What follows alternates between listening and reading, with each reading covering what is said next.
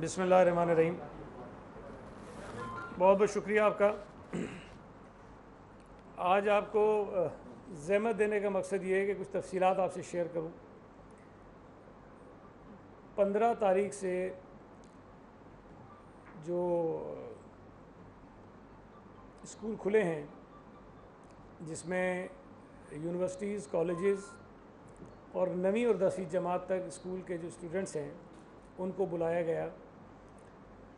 और मैंने 15 तारीख को भी, 16 को भी, 17 को भी और आज 18 को भी 4 दिन मुस्तकिल सुबह स्कूल के टाइम से 8 बजे से लेकर कोई स्कूल का टाइम जो ख़त्म होता है 11:30-12 बजे तक, मुख्तलिफ़ जगहों पे जाकर ख़ुद अचानक से बग़ैर किसी को बताए हुए मुख्तलिफ़ मकामात पर स्कूल्स और कॉलेजेस का दौरा किया। और मैं कुछ चीज़ें आपसे शेयर भी करता रहा, लेकिन इस वक्त आपके सामने बैठकर जो मैंने महसूस किया है, जो मैं समझता हूँ कि बहुत ज़रूरी चीज़ें हैं कि आपके ज़रिए हम अपने मुल्क के लोगों तक पहुँचाएँ। आपको याद होगा कि मुख्तलिफ़ जब बिज़नेसेस शुरू हो रहे थे तो उन बिज़नेसेस को शुरू करवाने वाले या उनसे वाबस्ता जो अफराद थे, उनकी तंजीमें थीं, वो सब इस बात की यकीन दहानी कराते थे कि आप हमें दुकान खोलने दें, हम SOPs पे मनोन अमल करेंगे। आप हमें फैक्ट्रीज़ खोलने दें, हम SOPs पे मनोन अमल करेंगे। हमें शॉपिंग सेंटर खोलने दें, हम अमल करेंगे। सारी चीज़ें खुलती गईं। ट्रांसपोर्ट की बात भी आई, ट्रांसपोर्टर्स ने भी ये कहा। सारी चीज़ें एक एक करके खुलती गईं, लेकिन बदकिस्मती से जिस अंदाज़ में SOPs पर अमल दरामद होना चाहिए था उस अंदाज़ में नहीं हुआ। कुछ जगहों पर अच्छा हुआ, लेकिन अक्सर जगहों पे नहीं हुआ।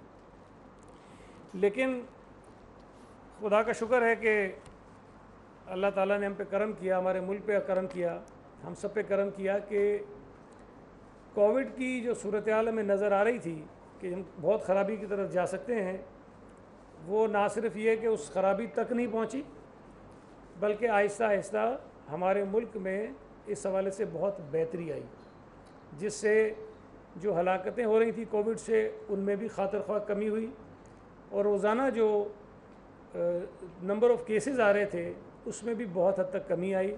और अभी पिछले, अगर आप हफ्ते 2 हफ्ते में देखें तो कुछ दिन ऐसे भी गुजरे कि जिस दिन कोई एक भी डेथ नहीं थी कोविड की वजह से, और ये भी अल्लाह का शुक्र था।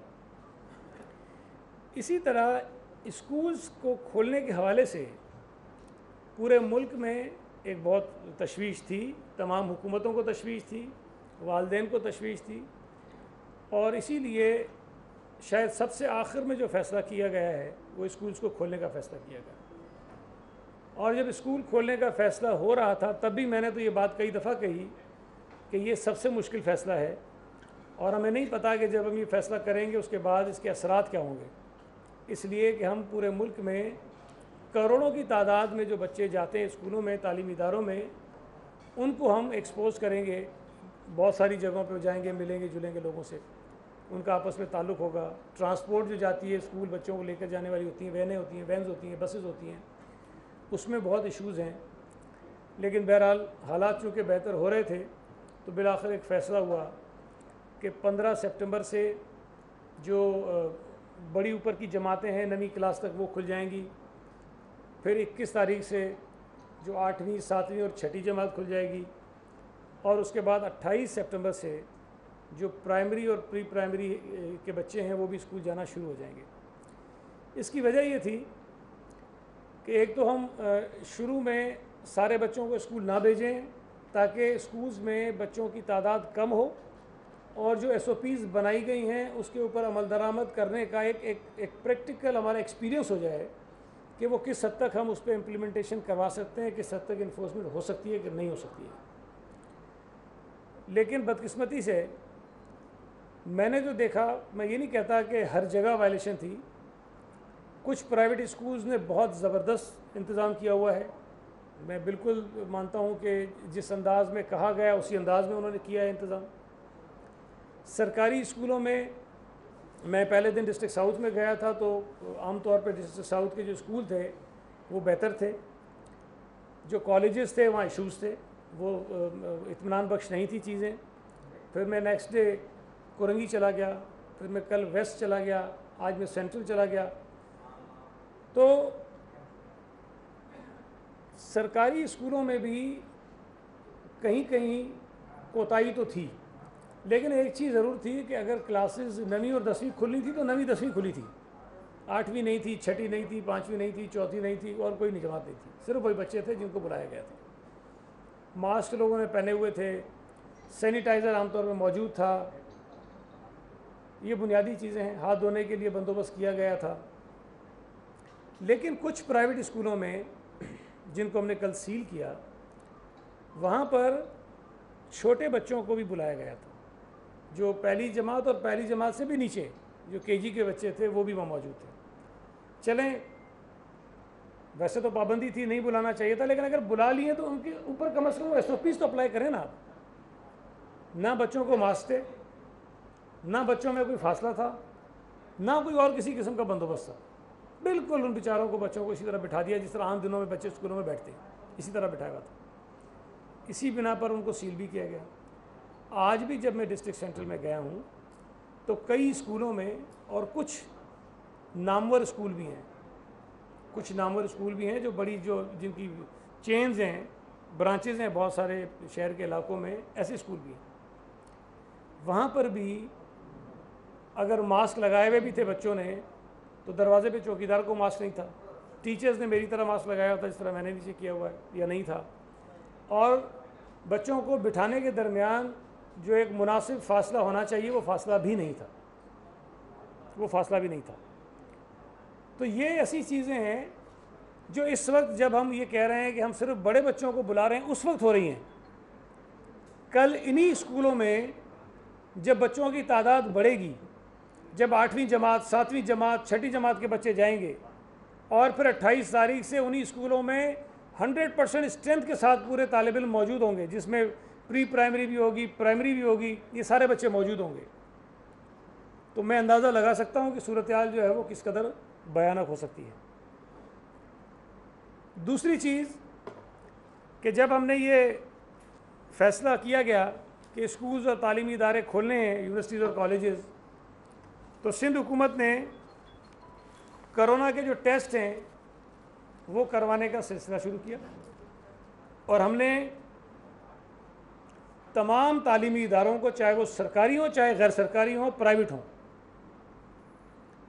सबको ये कहा कि आप अपने टेस्ट करवाइए, फ्री ऑफ कॉस्ट करवाइए। जो प्राइवेट स्कूल्स हैं उनको भी हम फ्री में टेस्ट कर रहे हैं, कोई किसी से 1 रुपया हम नहीं ले रहे हैं।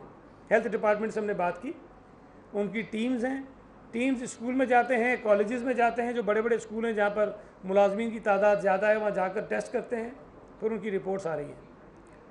अभी तक जब मैं आपसे बात कर रहा हूँ अभी, तो जो टोटल टेस्ट रिपोर्ट्स ली गई हैं, जो टेस्ट लिए गए हैं, वो 14,544 हैं। 14,544। आज जो टेस्ट हुए होंगे वो अलग होंगे, वो उसमें ऐड हो जाएंगे। 14,544 में से 3,636 रिपोर्ट्स हमारे पास आ गई हैं, और मज़ीद जो हैं वो भी पेंडिंग है। तकरीबन कोई आप समझ लें कि 10,500 या 11,000 के करीब जो हैं रिपोर्ट्स अभी आनी हैं, जो आज शाम तक आ जाएंगी। 3,336 में 89 पॉजिटिव है, और ये जो शरह है वो 2.4 बनती है। 2.4% पॉजिटिविटी रेट है अभी तक जो कोविड के टेस्ट हमने किए हैं स्कूल्स में, कॉलेजेस में, यूनिवर्सिटीज़ में। उनका मुलाजमीन भी हैं, कहीं पे स्टूडेंट्स भी हैं, नॉन टीचिंग स्टाफ भी है। अच्छा, अभी 11,000 रहते हैं जिनकी अभी रिपोर्टें आज शाम तक आ जाएंगी, और फिर जो आज टेस्ट हुए उनकी रिपोर्ट्स तो अगले दिन आएगी। अगर मैं ये 2.4% ही रखूं, शरह जो है, अल्लाह ना करे कि ये बड़े, खुदा करे कि इसमें कमी हो, मज़ीद पॉजिटिव टेस्ट ना आए, अगर 2.4 ही हम इसको रहने दें, तब भी जो मुतवक्के पॉजिटिव केसेस हैं उनकी तादाद 360 हो सकती है। 15,000 पे 15,000 पे 360 हो सकती है। और ये उस वक्त की सूरत हाल है जब हमने अभी तक 8वीं, 6ठी, 5वीं और उससे नीचे के जो स्टूडेंट्स हैं उनको नहीं बुलाया है। और अभी जब मैं आपसे बात कर रहा हूँ, मैं ये भी दावा नहीं कर सकता कि हमने 100% स्कूलों में काम करने वाले अमले का टेस्ट कर लिया है। मैं ये भी आपको नहीं कह सकता हूँ, क्योंकि 14,500 कुछ भी नहीं है। नंबर्स अगर आप देखेंगे, लाखों जो टीचर्स हैं या मुलाजमीन हैं वो तो हुकूमत सिंध के मुलाजिम हैं, प्राइवेट स्कूल्स के शायद इससे ज़्यादा होंगे। तो ये कई लाख मुलाजमीन बनते हैं जिनके सारे टेस्ट करने के लिए भी एक वक्त दरकार है, और वो हम कर रहे हैं, एग्रेसिवली कर रहे हैं, बड़ा तेज़ी से कर रहे हैं। अगर ये सूरत हाल इसी तरह की रहती है तो ये हौसला अफजा सूरत हाल नहीं है। हमने बहुत मुश्किल से सोच समझ के ये फ़ैसला किया, और उम्मीद ये थी कि जो स्कूल की इंतज़ामिया है, हमारी सिविल एडमिनिस्ट्रेशन है, वो वालिदैन के साथ मिलकर इन SOPs पर अमल दरामद करवाएंगे। मैं ये बात मान सकता हूँ कि हमारी एडमिनिस्ट्रेशन की कोताही होगी, जो हमारे सरकारी स्कूलों में काम करने वाला अमला है उसकी कोताही होगी, उन्होंने लापरवाही की होगी, प्राइवेट स्कूल्स ने लापरवाही की होगी। लेकिन जो वालिदैन हैं उनसे तो लापरवाही की उम्मीद और तवक्को ना मैं कर सकता हूँ ना आप कर सकते हैं, ना अपने बच्चों के लिए आप कर सकते हैं, ना मैं अपने बच्चों के लिए कर सकता हूँ। लेकिन मुझे अफसोस इस बात का होता है, मैं बार बार ये बात कहता रहा जब स्कूल खुल रहे हैं, कि हम सबसे ज़्यादा जो डिपेंड करते हैं वो वालिदैन के ऊपर करते हैं। जब तक वालिदैन अपने बच्चों को हसासियत उनके अंदर पैदा नहीं करेंगे SOPs के हवाले से, या ख़ुद उनका ख्याल नहीं करेंगे, हम इन पर अमल दरामद नहीं करा सकते हैं। अब मुझे बताइए कि 6 साल, 7 साल, 8 साल का बच्चा जो स्कूल में मैंने देखा बग़ैर मास्क के और बग़ैर SOPs के, उनके वालिदैन को भी देखना चाहिए था कि हम अगर बच्चों को स्कूल, अव्वल तो भेजना नहीं चाहिए, बंद है। अगर किसी भी वजह से वो स्कूल गए हैं तो आपको इस बात को यकीनी बनाना चाहिए। 6 साल के बच्चे को क्या पता, 8 साल के बच्चे को क्या पता कि मैंने मास्क भी लगाना है और मैंने किस तरह जाके स्कूल में बैठना है। अगर स्कूल की इंतज़ामिया लापरवाही कर रही है उसके ख़िलाफ़ तो हम कर रहे हैं कार्रवाई, लेकिन मैं समझता हूँ कि उनसे ज़्यादा जिम्मेदारी वालिदैन की बनती थी, और उनको वालिदैन को इस पर एहसास करना चाहिए। खुदा न खास्ता ये अगर किसी बच्चे को वायरस हो जाता है, अल्लाह न करे, तो ये मज़ीद फैलेगा और उस बच्चे के लिए भी अच्छा नहीं है।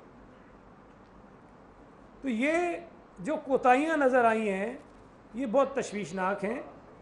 मैंने चीफ़ मिनिस्टर साहब को भी एतमाद में लिया और सारी चीज़ें उनको बताई हैं कि क्या सूरत हाल हमने देखी है। मुझे नहीं पता बाकी सूबों की सूरत हाल क्या है। सूबा सिंध में मैं ये आपको बता दूं कि सिर्फ मैं नहीं जा रहा विज़िट्स पे, एजुकेशन डिपार्टमेंट का सारा फील्ड का अमला, सारा, हमारी डिस्ट्रिक्ट एडमिनिस्ट्रेशन सारी, मुख्तियार कार, असिस्टेंट कमिश्नर, डिप्टी कमिश्नर, हमारे सारे ऑफिसर्स, हमारे सेक्रेटरीज़, सब मुख्तलिफ़ इदारों के दौरे कर रहे हैं। आज भी सेक्रेटरी स्कूल जो है वो ठट्टा में है, बदीन कल जाना है, थरपारकर उसने जाना है, मैं नाम बता गया, हालांकि हमें डिस्क्लोज़ नहीं करना था कि उसने कहाँ जाना है, लेकिन मुख्तलिफ़ इलाकों में जाना है। मेरा अपना प्लान भी है कि मैं कहीं और कल चला जाऊँ। तो ये सारी कोशिशें करने के बावजूद, एफ़र्ट्स करने के बावजूद भी हमें बहुत सारे फ्लॉज और कोताहियाँ, ख़राबियाँ नज़र आ रही हैं। लिहाजा मैंने चीफ़ मिनिस्टर साहब से मशवरा करने के बाद अभी हमने अपनी स्टीयरिंग कमेटी की मीटिंग बुलानी है, सब बात करनी है।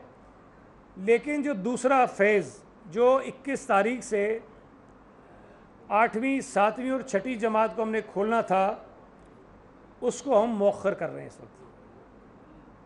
सेकंड फेज़ जो 21 तारीख से खुलना था, जो क्लासेस हम शुरू कर रहे थे 8वीं, 7वीं और 6ठी, वो 21 तारीख से सूबा सिंध में नहीं खुलेंगी।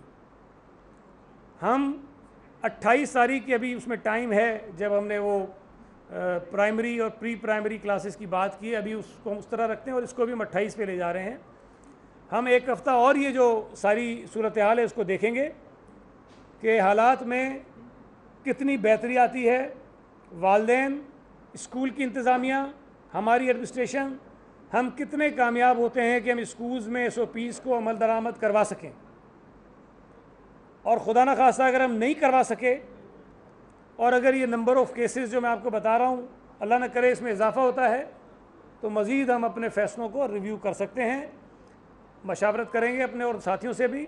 लेकिन मैं फिर कह रहा हूँ कि सिंध हुकूमत किसी भी सूरत में अपने सूबे के बच्चों की सेहत पर कंप्रोमाइज़ नहीं करेगी।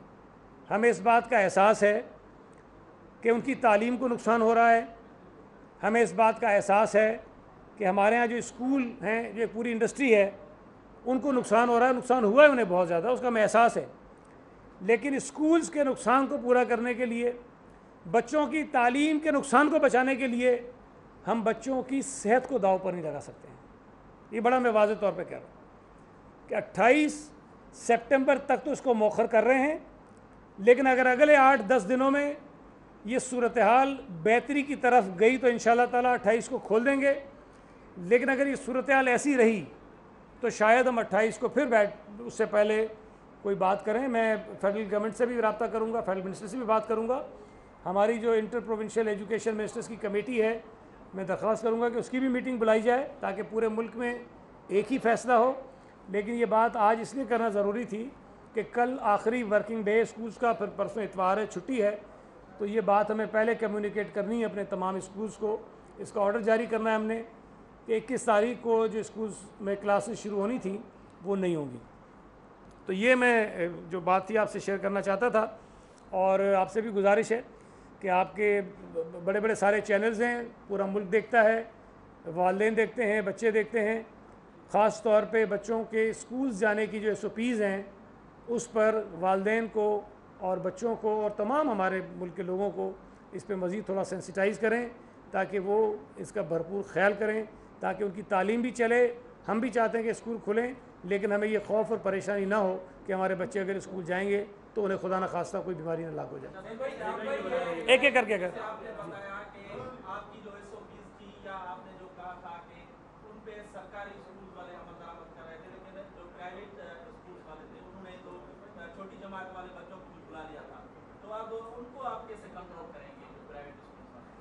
देखिए, मैं फिर एक बात वाज़ेह कर दूँ, ना तो सारे सरकारी स्कूल्स में 100% SOPs पर अमल दरामद हुआ है, 100% नहीं हुआ, लेकिन निस्बतन सूरत हाल ठीक थी। वहाँ भी ख़राबियाँ, कोताहियाँ नज़र आ रही थी और उसको हम ठीक करते जा रहे हैं। जहाँ हमें पता चलता है कोई चीज़ है तो हम फिर नई हिदायत इशू करते हैं कि जिसको इस तरह कर लें, ठीक कर लें आप चीज़ों को। और ना ही सारे प्राइवेट स्कूलों में ख़राबी है।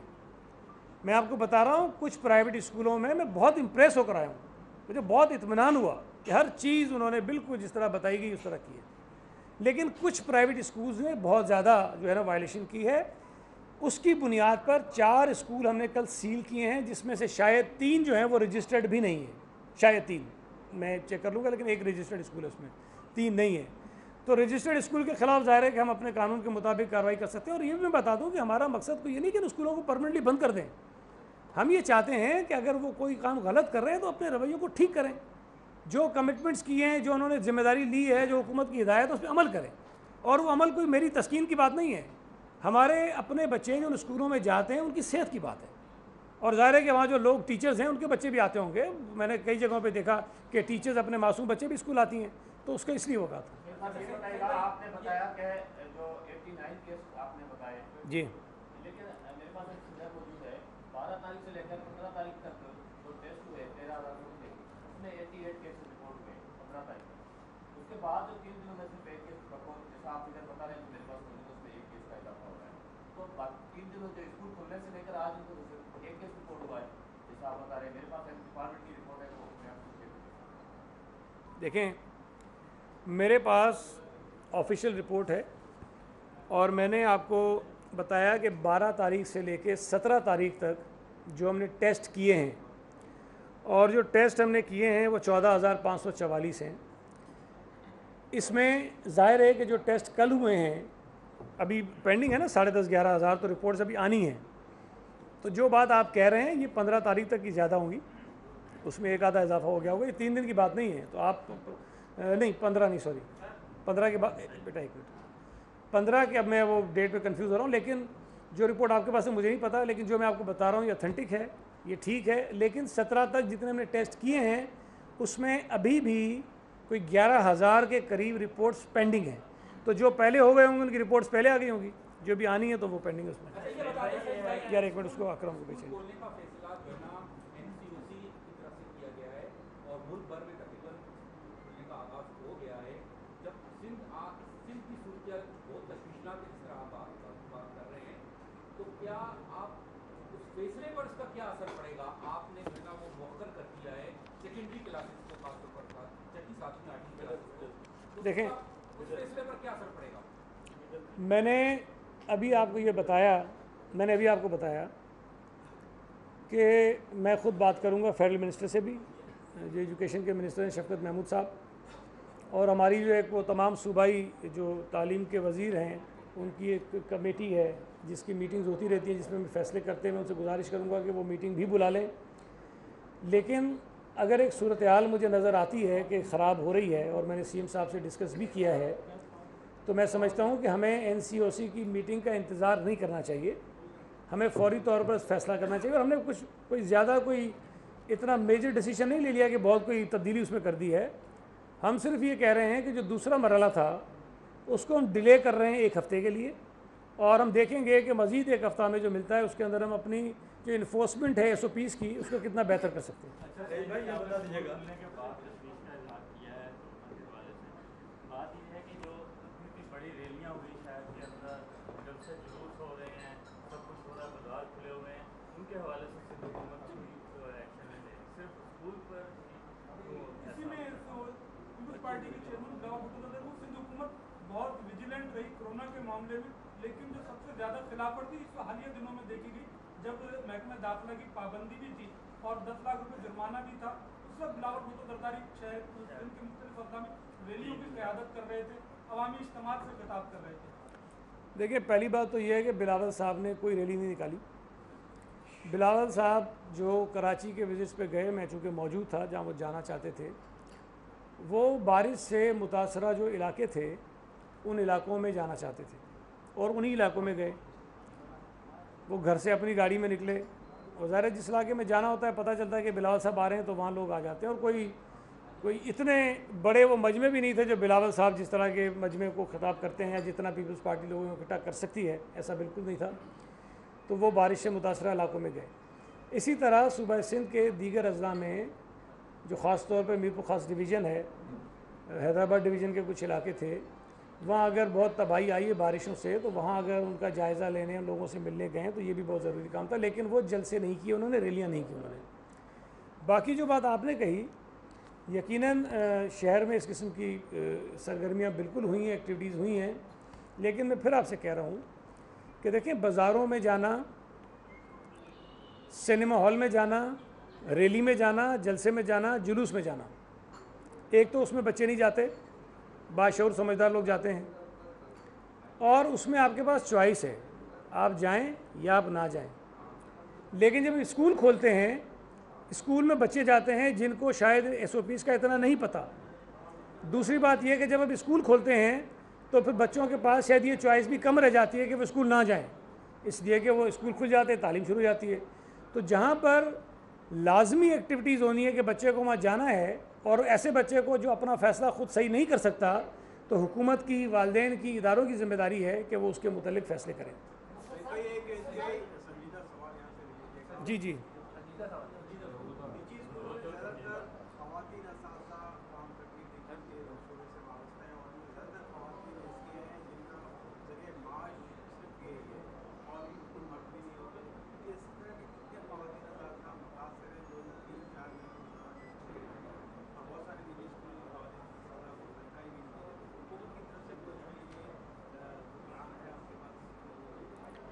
देखिए, मैंने अभी ये बात कही कि जो स्कूल्स हैं, ख़ास तौर पर प्राइवेट स्कूल्स हैं, उनके भी कुछ जेन्युइन मसले हैं जिसको हम मानते भी हैं, हम समझते भी हैं, और उनके साथ बहुत मुश्किलात भी पेश आई हैं।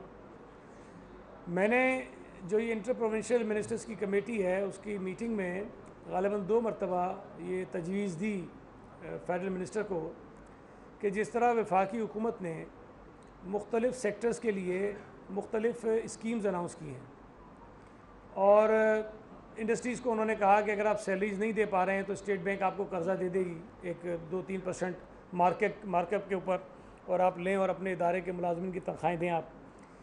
मैंने ये तजवीज़ दी कि जितने प्राइवेट स्कूल्स हैं जो लेना चाहते हैं कर्ज़ा, स्टेट बैंक को ये हिदायत जारी की जाए कि वो इन छोटे स्कूलों को बिला सूद कर्ज़ा जो है वो फराम करे। कोई करोड़ों में ना हो, कोई 5 लाख, 10 लाख, 15 लाख, 20 लाख स्कूल के साइज़ के मुताबिक, जिससे वो सर्वाइव कर जाएं इन क्राइसिस में। और अगर स्टेट बैंक बिला सूद नहीं दे सकता और वो ये कहता है कि जी नहीं हमने इस पर 2 या 3% सूद लेना है, तो वो जो इंटरेस्ट है वो हुकूमत पे कर ले। हुकूमत वैसे ही बहुत सारे इस वक्त ऐसे इकदाम कर रही है कि लोगों को रिलीफ मिले, तो इन स्कूल्स को रिलीफ देने का ये बहुत मुनासिब तरीका था कि स्टेट बैंक उनको कर्जा दे, पहली बात बिला सूद दे। अगर वो नहीं दे पाते तो जो सूद हो 2% या 3% जो इंटरेस्ट है वो गवर्नमेंट जो है उसको पे कर दे। तो ये मैं समझता हूँ कि मैं दोबारा रिक्वेस्ट करूँगा कि ये करें ताकि जिन स्कूल्स के इश्यूज़ हैं उससे वो निकल आए। तो ये बता दीजिएगा कि इस वक्त आपके पास कितने ऐसे तालिब हैं जो प्राइमरी मिडिल में हैं, उनकी तादाद कितनी है? दूसरा, आप लोग कह रहे हैं कि स्कूल नहीं खोलने जा रहे हैं, अभी मौका किया और हालात का कुछ पता नहीं है। तो कोरोना के दौरान आपको 6 महीने मिले, आप जो महकमा तालीम ऑनलाइन तालीम में नाकाम रहा, कहीं नेट की कनेक्टिविटी के इशू थे, कहीं सर्विस के प्रॉब्लम, कहीं हुकूमत की नाअहली। तो अब आपने क्या सोचा? अगर सूरत ये रहती है तो ऑनलाइन एजुकेशन में तो सिंध हुकूमत नाकाम रही है, क्या करने जा रही है? देखें, आपकी जो मर्ज़ी है जिस तरह उसको तशबीह दे दें, लेकिन मैंने अभी जो प्रेस कॉन्फ्रेंस की थी पिछली दफ़ा, उसमें ये बताया था कि हमने माइक्रोसॉफ्ट के ताउन से बच्चों को डिजिटल क्लास रूम्स के ज़रिए तालीम का सिलसिला जारी रखने के लिए काम शुरू किया, और जो 6ठी जमात से लेके 12वीं जमात तक के तालिब इल्म हैं उनकी तादाद 13 लाख के करीब है, और उसमें 5 लाख से ज़ायद बच्चों को हम रजिस्टर्ड करके उनकी सेपरेट आईडीज़ बना के दे चुके हैं। और मैंने आपको टीचर्स की तादाद भी बताई, क्लासरूम से स्कूल्स की तादाद भी बताई, कोई 2200 के करीब शायद स्कूल से जो मुझे याद पड़ता है, और कोई 20, 21 या 22 हज़ार के करीब टीचर्स थे जिनको हम ट्रेन कर चुके हैं इस पर। अब अगर कनेक्टिविटी का इशू है जिसको आप कहते हैं सिंध हुकूमत की नाअहली है, तो मुझे बता दें पाकिस्तान के दूसरे कौन से सूबे में 100% इलाके में कनेक्टिविटी है? इस्लामाबाद में भी नहीं होगी 100%। तो फिर तो सारी हुकूमतें ही नाकाम हैं, नाअहल हैं बिल्कुल, कि इंटरनेट की जो एक्सेस ही नहीं दे पा रहे हैं किसी को। कोशिश हम कर रहे हैं, और मैंने उस वक्त भी ये कहा था लास्ट टाइम जब हम ये प्रेस कॉन्फ्रेंस कर रहे थे कि अल्लाह करे कि हम सारे के सारे स्कूल्स बिल्कुल प्री प्राइमरी से लेके यूनिवर्सिटी तक खोलने में कामयाब हो भी जाएं, तब भी ऑनलाइन क्लासेस का जो हमने सिलसिला शुरू किया है, या जो डिस्टेंस लर्निंग का सिस्टम शुरू कर रहे हैं, उसको हम रोकेंगे नहीं, उसको हम जारी रखेंगे। हम मैक्सिमम नंबर उसे हासिल कर रहे हैं। और ये मैं आपको आज बता रहा हूँ कि हम अपने सारे एफर्ट्स लगा के, सारी कोशिशें लगा के, पूरे मुल्क की बात कर रहा हूँ, कोई सूबा कोई शहर 100% अपने तालिब इल्मों को ऑनलाइन तालीम की सहूलत नहीं दे सकता है। मुख्तलिफ वजूहात हैं इसकी, नहीं दे सकता है। उसमें अगर मैक्सिमम हम जोर भी लगाएंगे कवरेज की, तो मेरा अपना अंदाज़ा है कि 50-60% से ऊपर हम नहीं जा सकते मुल्क की सतह में भी। तो ये तो एक अल्टरनेट ऑप्शन है, एक दूसरा रास्ता है कि मजबूरी में कि अगर आपके तालीमी इदारे बिल्कुल ही बंद हैं, तो अगर आपके 100 बच्चे घर बैठे हैं तो कम से कम 60 को उससे पढ़ा लो आप, तो 40 का कोई और रास्ता निकाल लेंगे। तो ये बहरहाल कोशिश हम कर रहे हैं और वो हम करते रहेंगे। एक सवाल ये है कि जो कोरोना की SOPs थी, जैसे मिसाल के तौर पर कारोबार रात को 8 बजे बंद होगा, नहीं बंद हो रहा, पूरी रात खुला रहता है। रेस्टोरेंट में जनाब टेक अवे होगा लेकिन डाइनिंग भी हो रही है, कोई अमल नहीं हो रहा उसके ऊपर। क्या सिंध हुकूमत ने इससे आंखें बंद कर ली हैं? दूसरा सवाल ये है कि जब स्कूल खुले तो शादी हॉल भी खुले, स्कूल में तो आप माशाल्लाह से राउंड कर रहे हैं, जा रहे हैं, लेकिन वहाँ जो है ना वो आंखें बंद हुई है। दूसरी तरफ जब लोग देखते हैं तो फिर ये इल्ज़ाम आता है कि भाई आप शायद स्कूल से पैसे मांग रहे हैं, या पहली से 8वीं तक के पैसे नहीं मिल रहे आपको, जब भी आप बंद करना चाहते हो। ये सब क्लियर कर दीजिए आप। बहरहाल अब ये अगर आपको पैसे की बात किसी ने कही है तो जिसने मांगे उसका नाम भी पता करके दीजिए, और मैं आपको इजाज़त देता हूँ कि अगर किसी ने कही है तो आप उसका नाम अपने चैनल पे चलाइए। देखिए, ये बात मैं हर जगह बैठ के कहता हूँ, मैं असेंबली के फ्लोर पे कहता हूँ, अपोजिशन के लोग भी खड़े हुए कहते हैं कि जी वो फ़लाँ इदारे में बड़ी करप्शन है, पैसे मांगते हैं। मैं उनको कहता हूँ यार, लेने और देने वाले का नाम तो बताओ। अगर आप जब तक नाम नहीं बताओगे और यहाँ बैठ के बात करोगे तो मैं कुछ ही कर सकता हूँ। अगर आपने मदद करनी है हमारी कि किसी इदारे से पैसे लेने वाले लोगों का ख़ात्मा हो, तो जब तक आप उसका नाम नहीं बताओगे, जब तक कोई चीज़ सामने नहीं लाओगे, कार्रवाई नहीं हो सकती। ये मैं आपको ज़मानत देता हूँ कि जिस वक्त जिसके खिलाफ जो चीज़ पता वैसे भी मुझे चल जाए अगर, तो मैं कार्रवाई कर लेता हूँ। लेकिन आप अगर किसी को वैसे ही निकालेंगे ना, तुमने पैसे लिए हैं, तो अगले दिन पिटीशन मेरे खिलाफ हाईकोर्ट में पड़ी होगी कि जनाब इसने मुझे पैसे लेने का इल्ज़ाम लगा के मेरी साख मंजूर कर दी है, लिहाजा मेरी नौकरी पे बहाल करो। तो इसमें हमारी मदद। दूसरी बात देखें, एक चीज़ हम बार बार कहते हैं कि 22 करोड़ लोगों का मुल्क है। 22 करोड़ लोगों के ऊपर अब 22 करोड़ पुलिसमैन खड़े नहीं कर सकते हैं कि एक एक आदमी के ऊपर आप एक सिपाही लगा दें और कहें कि अगर मास्क न पहने तो उसको डंडा मारो, इसको गिरफ्तार कर लो, अगर ये फासले पे ना खड़ा हो तो उसको पकड़ लो, अगर ये हाथ मिलाए तो उसको कर नहीं सकते हैं आप। इस किस्म के हालात में जिसका हमें सामना है, पूरी दुनिया को सामना है, हर शख्स को अपनी जिम्मेदारी पूरी करनी है। अगर मैं मास्क नहीं पहनूंगा और मैं ये तवक्को करूंगा कि हुकूमत का कोई एसडीएम आएगा और मुझे पकड़ेगा और मुझे डीसी आके सख्ती करेगा, उसके बाद में मास्क पहनूंगा, तो ये गलत सोच है, गलत रवैया है। हम बार बार गुजारिश करते हैं कि हुकूमत इदारे आपको आगाह कर सकते हैं, आपको बता सकते हैं कि ये सूरत हाल है, आपको इससे बचने के लिए ये चीज़ें करनी है। अब उसकी करने की जिम्मेदारी तो उस फ़र्द के ऊपर भी है ना जिसके लिए सारी चीज़ें हैं। तो आप शादी हाल की बात करते हैं, भाई शादी हाल में अगर मजमा है तो लोग ना जाएं, हम ये तो गुजारिश कर रहे हैं ना। अगर बाज़ार में मजमा है तो ना जाएं, जहाँ पे देखेंगे SOPs की वायलेशन उसको अवॉइड करें।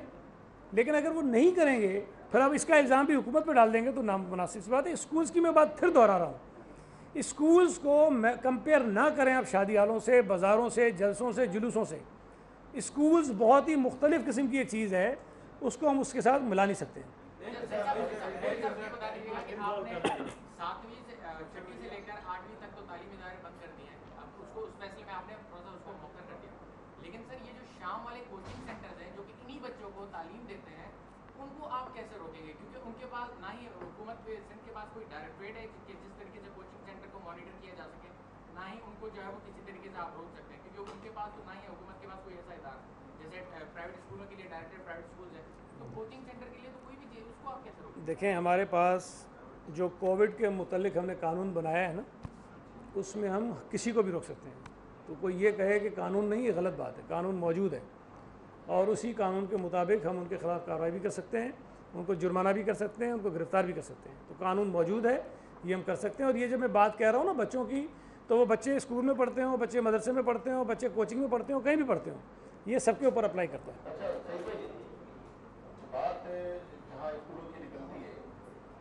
शायद आपको पता चला होगा, आज एक स्कूल पर भी बारिश बातें हुई। न्यू कराची का एक स्कूल है जहाँ पर पानी खड़ा था और जीवन उसकी निशानदेही भी कर चुका है कई दिन पहले।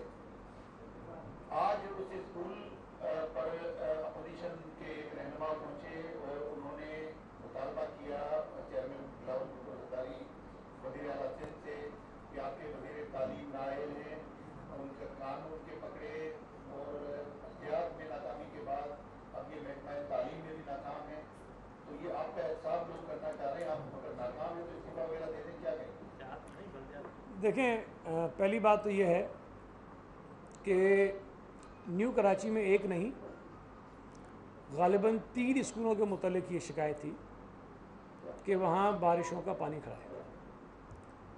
और ये बात आज से 3 दिन पुरानी है, ये 4 दिन, गालिबन स्कूल खुलने से 1 दिन पहले की बात है। तो मैंने वहाँ के जो हमारे ऑफिसर्स हैं उनको भी बुलाया और फिर डीसी से भी मैंने बात की, चूँकि डीसी एडमिनिस्ट्रेटर्स भी हैं, और उनको मैंने ये कहा कि ये तमाम स्कूल जहाँ पानी खड़ा है इनको आप साफ़ करें ताकि ये स्कूल खुल सकें। एक स्कूल रह गया जिसका आप जिक्र कर रहे हैं। आज मैं डिस्ट्रिक्ट सेंट्रल चला गया, मैंने पहले एक कॉलेज का दौरा किया, एक स्कूल का दौरा किया, फिर उसके बाद ये जो स्कूल है जिसका आप जिक्र कर रहे हैं मैं यहाँ पहुँचा। यहाँ बिल्कुल पानी खड़ा था और वहाँ पर जब मैं गया, और ये बता, जब मैं कल विज़िट पे था तो मैं गालिबन अब्दुल्ला कॉलेज है वुमेंस का, बच्चियों का अब्दुल्ला कॉलेज भी मैं गया, चूँकि एक बहुत बड़ा कॉलेज है। वहाँ की प्रिंसिपल ने मुझे कुछ मसाइल बताए सफाई के हवाले से कि हमारे पास अमला कम है, लेकिन चूँकि कॉलेज काफ़ी देर बंद रहा और वहाँ पे एहसास प्रोग्राम के हवाले से बहुत एक्टिविटीज़ होती रही, तो बहुत हालत ख़राब थी वहाँ, तो उसमें हमारी मदद करें। तो मैंने डीसी को उस वक्त फ़ोन किया और ये कहा कि ना सिर्फ इस कॉलेज का बल्कि जितने बड़े स्कूल और कॉलेजेस हैं जहाँ जहाँ पर सफाई का, कचरे का कोई मसला है, उसको फौरी तौर पर हल कराएं और सफाई करवाएं। तो उन्होंने वो शुरू कर दिया। तो आज जब मैं इस स्कूल में पहुंचा जिसका आप जिक्र कर रहे हैं, तो मेरे जाने से पहले वहाँ काम हो रहा था। वहाँ डीसी भी मौजूद थे, असिस्टेंट कमिश्नर भी थे, जो डीएमसी के अमला था वो भी मौजूद था, मशीनरी भी मौजूद थी, वो काम कर रहे थे। मुझे वहाँ एक खातून मिली और वो मुझे अपने घर भी लेकर गई, और मैंने देखा कि बारिशों के इतने अरसे बाद आज भी उनके घर में गटर का गंदा पानी मौजूद था। मैंने ख़ुद उनका घर देखा। अगर आप उस तरफ गए हो तो न्यू कराची की जो बड़ी शाहराह है, मेन रोड है, उस मेन रोड पर दोनों तरफ नाले हैं, और उन नालों के ऊपर पीटीआई के नफीस इत्तेहादियों ने अपने दौर में मार्केट्स बनवा दी हैं, और उन दुकानों की तादाद सैकड़ों में नहीं हज़ारों में, हज़ारों में वो हज़ारों दुकानें नालों के ऊपर बनी हुई हैं। और अगर मैं तो देखता हुआ गया ना, मैं तो सारा देख रहा था कि है क्या। तो उन्हीं मार्केट्स की वजह से जो दुकानों पे बनी हुई थी वो नाला चौक था, और उस नाले में से पानी निकल के सड़क पे भी आ रहा था। और वो जो पीछे की आबादी है जहाँ पे ये स्कूल वाक़े है, वो नशेबी आबादी है। तो जब भी उस नाले से पानी निकलता है, वो पानी निकल के सारा उस आबादी में जाता है, इसलिए उस स्कूल से डिस्पोजल भी नहीं हो पा रहा था। जब जो डिस्पोजल है वो ओवरफ्लो कर रहा है, नाला भरा हुआ है, रोड पे पानी आ रहा है, तो पानी जाएगा कहाँ उसका, वो नहीं जा रहा था। मैं वहाँ खुद गया, बहरहाल कुछ वहाँ पे चीज़ें की, तो वो हम उसको ठीक कर रहे हैं। जहाँ तक इनकी ये बात है कि जी मैं एल हूँ या नहीं हूँ, तो मुझे इनसे सर्टिफिकेट तो नहीं लेना ना। मेरी लीडरशिप मेरे बिल्कुल कान पकड़ सकती है, खींच सकती है। चेयरमैन साहब को, हमारी पार्टी लीडरशिप को, सीएम साहब को ये हक है, और मुझे खुशी है हमसे वो पूछते हैं। हमारे चेयरमैन साहब वज़ीर आज़म की तरह गाफिल नहीं है। हर 3 महीने बाद बिठा के हमसे पूछते हैं कि 3 महीने पहले तुमने जो बताया था आज उसके अंदर क्या फ़र्क है, क्या बेहतरी हुई है, क्या कोताही हुई है, क्या कमी हुई है। मैं अकेला तो वज़ीर तालीम नहीं हूँ पाकिस्तान का मेरे भाई, 3 और सूबे भी हैं, वफाकी भी हैं, और भी इधर उधर हैं। जो इनके अहल वज़ीर हैं ज़रा बताएं ना, वो कर क्या रहे हैं अपने अपने सूबे में, मुझे दिखाएं किसी की एक्टिविटी कोई। मैं एहसान नहीं कर रहा हूँ किसी के ऊपर, मैं ये समझता हूँ मेरा फ़र्ज़ है, मेरी ज़िम्मेदारी है कि मैं जाऊँ इलाकों में, स्कूल्स में जाऊँ, बच्चों को देखूँ, बच्चों का ख्याल करूँ। तो मैं ये समझता हूँ अपने ज़मीर के मुताबिक मैं अपनी ज़िम्मेदारी पूरी कर रहा हूँ, और मुझे इन लोगों से सर्टिफिकेट लेने की ज़रूरत नहीं है जिन लोगों को बहुत सारी बुनियादी चीज़ें नहीं पता हैं। मतलब अगर मैं कभी ये कह देता कि जर्मनी जापान की सरहद मिलती है, तो यार आप मेरे साथ क्या करते? मतलब मेरी अहलियत का सबूत यही है। मैं अगर कभी ये कह देता कि हज़रत ईसा अलैहिस्सलाम का जो ज़िक्र है वो तारीख़ में नहीं है, मतलब वो अहलियत है। मैं कभी कह देता कि चाइना ने जो है वो रोशनी की रफ्तार से चलने वाली ट्रेन बना ली है, मतलब ये अहलियत है। और जो दरख्त हैं नहीं, वो दरख्त जो हैं वो रात को कौन सी गैस छोड़ते हैं?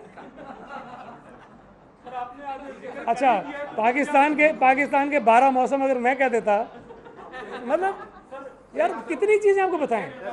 जी जी, मंडी का जिक्र बहुत कर रहा है, और उसको जो है वो किसी की साइकिल की दुकान और गौर मंडी नजर आ रही है। उनके वालिद के बारे में भी तारीख में कुछ मिलता है। फिर दोबारा पीटीआई एक दफ़ा डीट्रेक हो गई, जिनको आप चवल वजीर कहते थे, वो फिर दोबारा जो है उसी चवल पर आ गए। वजह क्या है? पीपल्स पार्टी खामोश क्यों है सारी सूरत? नहीं, मेरा ख्याल है कि या तो बिलावल साहब की आप प्रेस कॉन्फ्रेंसेज और तकरीरें सुनते नहीं हैं, जो आप कह रहे हैं कि खामोश हैं। मैं ये समझता हूँ कि इस वक्त मुल्क में अगर अपोजिशन की और पाकिस्तानी अवाम की कोई भरपूर और मौसर आवाज़ है, सबसे ज़्यादा मौसर है, तो वो बिलावल भुट्टो ज़रदारी साहब की है, चाहे वो असम्बली के अंदर हो, चाहे वो असम्बली से बाहर हो। तो जिस अंदाज़ में वो अवामी इशूज़ को उठा रहे हैं और ऐसे ऐसे इशूज़ पर बात करते हैं जहाँ पर लोगों की बात करते हुए पर जलते हैं, नहीं कर पाते। तो मैं समझता हूँ कि पाकिस्तान पीपल्स पार्टी इस वक्त आवाम की नुमाइंदगी भरपूर तरीके से कर रही है और करती रहेगी। बाकी पीटीआई की जो नाअहल, नालायक और सिलेक्टेड गवर्नमेंट है, वो बहरहाल इस मुल्क के लोगों को उन्होंने ज़िंदगी अजाब कर दी है। इस वक्त आप कराची शहर से आप सबका ताल्लुक़ है, आप मुझे बताइए कि आप में से कितने लोग हैं जिनके घरों में गैस आ रही है? इस शहर के लोगों को, बल्कि सूबे के लोगों को, वो सूबा जो पूरे मुल्क को गैस फराहम करता है, वो सूबा जिसका गैस पर पहला हक है, वो सूबा जिसके मुतल्लिक आइन ये कहता है कि वो अपनी गैस की ज़रूरियात पूरी करने के बाद बाकी गैस जो है वो इजाफी गैस बाकी मुल्क को देगा, वहाँ के लोग, वहाँ के शहरी आज गैस से महरूम हैं। आज लोड शेडिंग की जो सूरत हाल है मुल्क में, पता नहीं बहुत ही होगी, लेकिन सूबा सिंध में जो हालत ख़राब है, कराची शहर में जो हालत ख़राब है, उसकी ज़िम्मेदारी और उसकी अहलियत और उसकी नालायकी का सवाल आप किस पर उठाएंगे? जो यहाँ कर ऐलान करके गए थे कि पता नहीं एक हफ्ते में जो है वो बिजली का मसला हल कर दो, वो मैं कहता हूँ जिस चीज़ का नोटिस लेते हैं उसका तो बिल्कुल पट्ठा बिठा देते हैं। नहीं, लोड शेडिंग अल्लाह खैर करे, जब तक ये नालायक हुकूमत खड़ी है ना हमें गैस मिलेगी, ना हमें बिजली मिलेगी, ना हमें NFC के पैसे मिलेंगे और ना ही लोगों के मसाइल हल होंगे। बहुत बहुत शुक्रिया। आपने फरमाया कि प्राइवेट स्कूल जो है, प्राइवेट तालीमी इदारे वो ज़्यादातर SOP पे अमल नहीं करते। इख्तिलाफ तो ये भी है कि जब आपकी टीमें जाती हैं तालीमी इदारों में रेड करने के लिए तो बच्चों को वॉशरूम्स में बंद करके ताले लगा दिए जाते हैं। आपने सारा बताया किस तरह करना चाहिए, ये नहीं बताया कि कितना जुर्माना है, क्या पनिशमेंट है, और पेरेंट्स को अगर किसी तालीमी इदारे से शिकायत है तो वो गवर्नमेंट के कौन से फोरम पे और किस तरह रुजू करें? देखें, एक तो हमने जब ये तालीमी इदारे बंद हुए थे, जब ये कोविड का ऐलान हुआ था, जब हमने 20% रियायत की बात की थी, उस वक्त ही महकमा तालीम ने एक अपना कंप्लेंट सेल बनाया था। वो आज भी मौजूद है और वो सबके लिए है, चाहे वो स्कूल्स को शिकायत हो, चाहे वो पेरेंट्स को शिकायत हो या किसी को भी हो, एजुकेशन डिपार्टमेंट के हवाले से वो शिकायत करवा सकते हैं, वो अपनी जगह मौजूद है। अब जहाँ तक आपने की बात के बच्चों को छुपा देते हैं, करते हैं, कि मेरे तो जाने का तरीका बहुत ही सादा है। मैं सुबह जब घर से निकलता हूँ तो किसी को नहीं पता होता मैंने जाना कहाँ है। बस घर से निकल के माइंड बनाता हूँ कि इस डिस्ट्रिक्ट में जाना है, और रास्ते में जो स्कूल आ जाता है, ये भी नहीं कि माइंड में होता है कि फ़लाँ स्कूल जाना है, जो स्कूल मुझे रास्ते में जहाँ मिलता है मैं वहाँ रुकता हूँ और सीधा स्कूल के अंदर चला जाता हूँ, सीधा क्लासरूम में जाता हूँ। किसी ऑफिस में, किसी दफ्तर में कहीं नहीं जाता, सीधा क्लासरूम में जाता हूँ। तो मैं नहीं समझता कि जहाँ पर मैं जा रहा हूँ या जो मैंने हिदायत दी है उसके मुताबिक हमारा अमला जा रहा होगा, वहाँ स्कूल्स को इतना टाइम मिलता हो कि वो बच्चों को कहीं और इधर उधर करते हों। अब अगर कोई सुबह से लेकर दोपहर तक बाथरूम में बंद कर देता हो तो उसको मुझे पता नहीं है, उसकी शिकायत अगर आएगी तो हम उस स्कूल के खिलाफ भी कार्रवाई करेंगे, ये किसी को इजाज़त नहीं।